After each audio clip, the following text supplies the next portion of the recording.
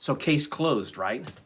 Nero's name adds up to 666. What else is there to consider or debate? Well, not hardly.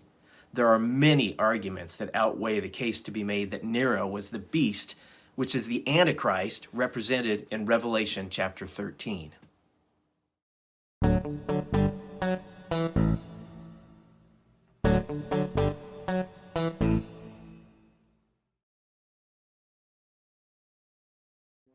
Revelation chapter 13 verse 18 says, "This calls for wisdom. Let the one who has understanding calculate the number of the beast, for it's the number of man, and his number is 666. A popular theory on the internet, especially among those who believe that most Bible prophecy has already been fulfilled in the ancient past, is that the number 666 represented Caesar Nero in the 1st century AD. Well, in this short video, I want to explain why that's simply just not true. My name is Doug Hooley. And before we go any farther, I'd like to ask that you please consider clicking on the subscribe button to this channel. That act of support would mean a great deal to me and help out a lot. So, let's talk about the reason why most people who believe the number 666 represented Caesar Nero. It's because of something called gematria. Gematria is a practice of assigning a numerical value to a name and then giving some sort of a meaning to the number or the numbers. The numerical value comes from assigning number values to letters in an alphabet. It can be as simple as then adding up the number values of the letters that make up the name. Well, the alphabets of both the ancient Greeks and Hebrews assigned number values to their letters of their alphabet. They had a dual purpose, letters and numbers. Well, it turns out that when you spell Nero's name in Hebrew, Neron Caesar, that the letters add up to 666. Those who support the use of gematria to determine the name of the Antichrist understand Revelation 13:18 to mean that understanding who the Antichrist is requires a mathematical calculation based on the number 666. They believe this because when the passage says to count the number of the beast, that they are actually supposed to calculate the number of the beast. And they believe that the calculation is supposed to revolve around gematria. So then, if the number of a name adds up to 666, they believe that they have identified the Antichrist. Well, as background, it's interesting to note that some of the ancient Greek codices or manuscripts used to translate the book of Revelation into English actually spell out the word 666. So it's not just 666, it's 666. So in Greek, that's hexakosioi hexakonta hex. And other ancient copies of Revelation utilize the letters that represent the numbers, chi, psi, and stigma. Stigma is an outdated letter that they don't have in their alphabet anymore. There are a couple of ancient remnants of the Greek book of Revelation where the number 616 is used instead of 666. Well, early church historians wrote this difference off as a scriber's error. And there's examples of ancient people using gematria to refer to individual people. So this practice didn't just come out entirely out of left field. For example, in Pompeii, the city that was covered by volcanic ash, a graffiti inscription was found which reads, "I love the girl whose name is Phi Mu Epsilon." Well, those letters equal the number 545. No doubt this person's girlfriend had a name that added up to that number. Gematria was also used among the ancient Hebrews and is still used in Jewish culture today. So case closed, right? Nero's name adds up to 666. What else is there to consider or debate? Well, not hardly. There are many arguments that outweigh the case to be made that Nero was the beast, which is the Antichrist represented in Revelation chapter 13. The first problem with this theory is that the book of Revelation was written in Greek, not Hebrew. For Nero's name to add up to 666, the Hebrew alphabet must be used. Well, the Apostle John was careful elsewhere in Revelation when making references to the Hebrew language and saying anything about it here. For example, in Revelation chapter 9, verse 11, John wrote, They have as king over them the angel of the bottomless pit. His name in Hebrew is Abaddon, and in Greek he is called Apollyon. Well, John makes no such reference in the Hebrew language to the Hebrew language in Revelation chapter 13, verse 18. The number is simply recorded in Greek, and we have no reason to translate it into Hebrew in order to understand or change its meaning. Secondly, there are just too many ways to try and make a calculation using the number. If this number was supposed to be taken and calculated as gematria, it would be unique in all the book of Revelation, and there are no instructions within Revelation to take it as such. As people continue to play pin the tail on the Antichrist and try to get both ancient and modern names to equal the number 666 so they can know who the Antichrist is, if one alphabet doesn't work to pound the round Antichrist candidate into a square hole of prophecy, they'll just use another alphabet. Some will even try assigning numbers to the English alphabet. There don't appear to be any rules. If you still can't get it to fit, add a title like Mr. or Junior or President or Caesar, or change the spelling of the name to an alternative spelling, like Neron instead of Nero. There are no instructions within Scripture as to what formula the name is to be calculated with. Well, there was a wide variety of ways gematria was used and calculated in the ancient world. Was addition supposed to be used, or was the number simply supposed to equal something that should be apparent to those who had wisdom? Some today simply count the numbers of the first and middle and last names of a person. This is how modern false prophets of the internet get names like Herbert Walker Bush Jr. and Ronald Wilson Reagan to equal 666. The next problem is that there are simply too many people's names which add up to 666. The use of gematria is not precise enough. Because of all of the options of using gematria, Nero does not have the only name that adds up to 666. There's countless other names that do. Along with Nero, those whose names added up to 666 in the ancient world was Caesar Vespasian and Emperor Domitian. In more recent times, we see that people like Hitler and the Pope can add up to 666. Groups of people can also add up to the infamous number, like the Romans. The only way to specify a unique individual any further is if there are additional details given which can confirm who we're talking about. Well, fortunately for us, there are such details given. I'll talk later about those. So as you can see, the use of gematria is too unspecific and easily manipulated to be considered any kind of reliable sign. And to use this number in this way is missing the point of what the number 666 represents anyway. I talk about the actual meaning of the number 666 in the context of Revelation in another video in this series titled, What Does the Number 666 Represent? I'll post a link to that video below.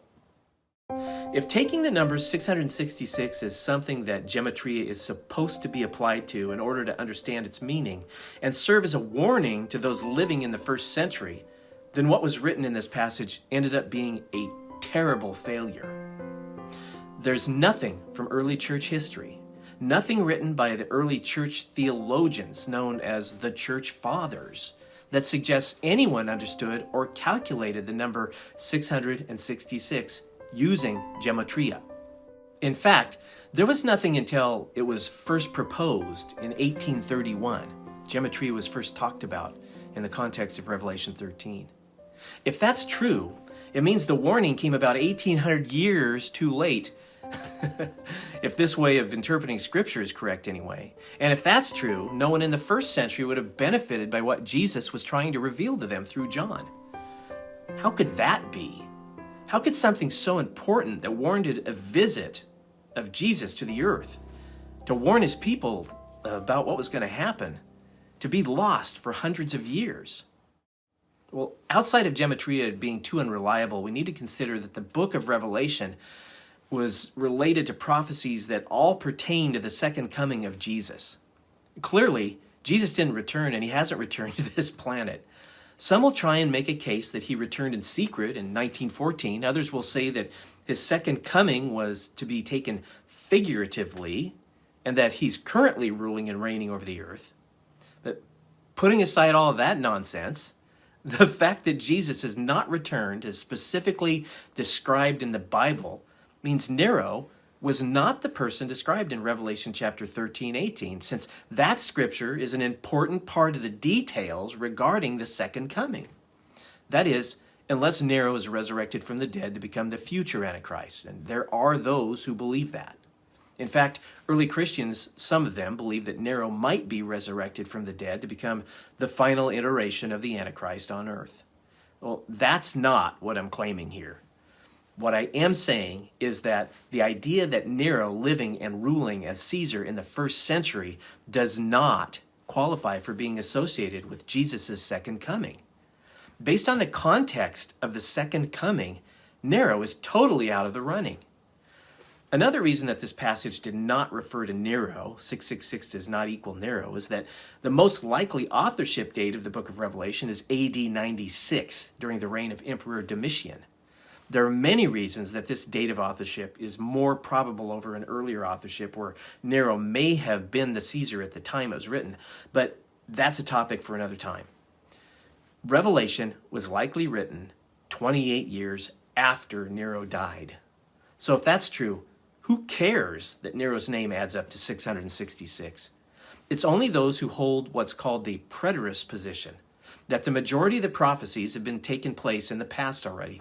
And these folks that believe Revelation was written sometime prior to the destruction of the Jewish temple in Jerusalem in 70 AD. And that's why they assign significance to Caesar Nero, who reigned as emperor from 54 to 68 AD.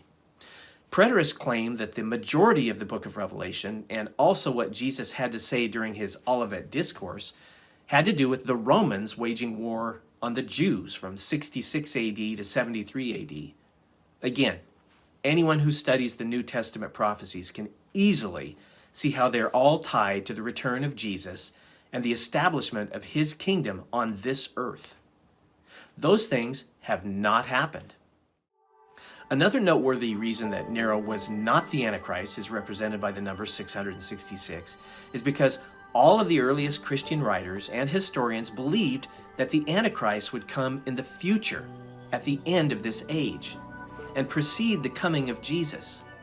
Since all these writers, and I'm talking about writers from the 1st century through the 4th, Nero was long dead. That again eliminates him as a possibility. The exception being that a few believe Nero would come back to life one day. I already mentioned that. However, in the end, if Nero was the Antichrist of Revelation chapter 13, the early church historians completely missed that seemingly huge fact. Well, earlier I said there are other details given about the Antichrist that could be used to eliminate Nero as the Antichrist. This is the biggest and most important reason why Nero could not have already been the Antichrist that the beast in chapter 13 symbolizes. He did not do the things that prophecy says the Antichrist will do preceding the second coming of Jesus. The Apostle Paul names the key factor in identifying who the Antichrist will be. In referring to the day of the Lord, Paul wrote the following: "For that day will not come unless the rebellion comes first, and the man of lawlessness is revealed, the son of destruction, who opposes and exalts himself against every so-called God or object of worship, so that he takes his seat in the temple of God, proclaiming himself to be God." That's in 2 Thessalonians chapter 2, verses 3 to 5. Well, the day of the Lord, which will immediately follow the coming of Jesus, will not occur until first the man of lawlessness is revealed. That man of lawlessness is the Antichrist. Paul is telling the people of Thessalonica not to worry, because they will know the end is near when the Antichrist has been revealed. We need to get this. The Antichrist will be revealed, or in other words, identified, when he takes some specific actions and not before. Any attempt to identify the Antichrist before he is revealed by taking those actions might make for a nice hobby, and many like to try, but it may serve only to mislead and distract people. The Antichrist will be revealed or positively identified only according to God's timing in the future. Until then, until he takes these particular actions, we'll not know for sure who he is. So, what are the actions that the Antichrist will take? Well, for starters, according to Paul, he's going to oppose and exalt himself against every god, including the real God. He's going to take a seat in the temple in Jerusalem and proclaim himself to be God. Well, Nero never did any of those things. Other scriptures list at least 9 other things Nero fell short of regarding fulfilling prophecy. He failed to be killed and resurrected. He failed to reign over Israel for exactly 42 months. He failed to rule globally over every tribe, nation, and tongue. He was never worshipped by all the inhabitants of the earth. He did not have a high-profile accomplice, who the Bible calls the false prophet, who performs literal signs and wonders, even calling down fire from heaven. And that accomplice did not set up an image of Nero and give it life. Nero did not force everyone in the world to take his mark on their right hands and foreheads in order to engage in commerce or else be killed. And Nero did not gather with other kings to wage war against God. Also, Nero failed by committing suicide. He wasn't captured alive by Jesus and cast into the lake of fire like Revelation 19:20 says he will be. So what? Nero's name adds up to 666 in the wrong language, in a particular spelling. In all these other ways, he fails to stack up. In fact, no one in history has ever stacked up and checked all the Antichrist boxes. When the real Antichrist shows up, and he is revealed according to God's timing, he will indeed check all the prophetic boxes. And finally, we know from the writings of the people who knew and worked with him that the Apostle John lived until the end of the 1st century. If John wrote the book of Revelation 30 years before he died, sometime in the late 60s AD, surely he would have noticed that the prophecies he recorded did not play out as they were supposed to if Nero was truly the Antichrist. Jesus didn't return, and his kingdom was not established. Mountains didn't fall into the sea, and giant asteroids didn't hit the earth. A worldwide earthquake didn't level every mountain and island, amongst all the other phenomena of biblical proportions that were supposed to take place, according to John's predictions. Wouldn't John have written something to correct his grossly inaccurate predictions? Of course, John never wrote a retraction or a correction to what he wrote in the book of Revelation, because he wrote Revelation towards the end of his life, and all of the events that he wrote about are still in our future. Well, thanks for watching. You might want to consider checking out that other video on what 666 does mean. Please consider subscribing to this channel and clicking like if it was of any value to you. Well, until next time, may God bless you richly, and Maranatha.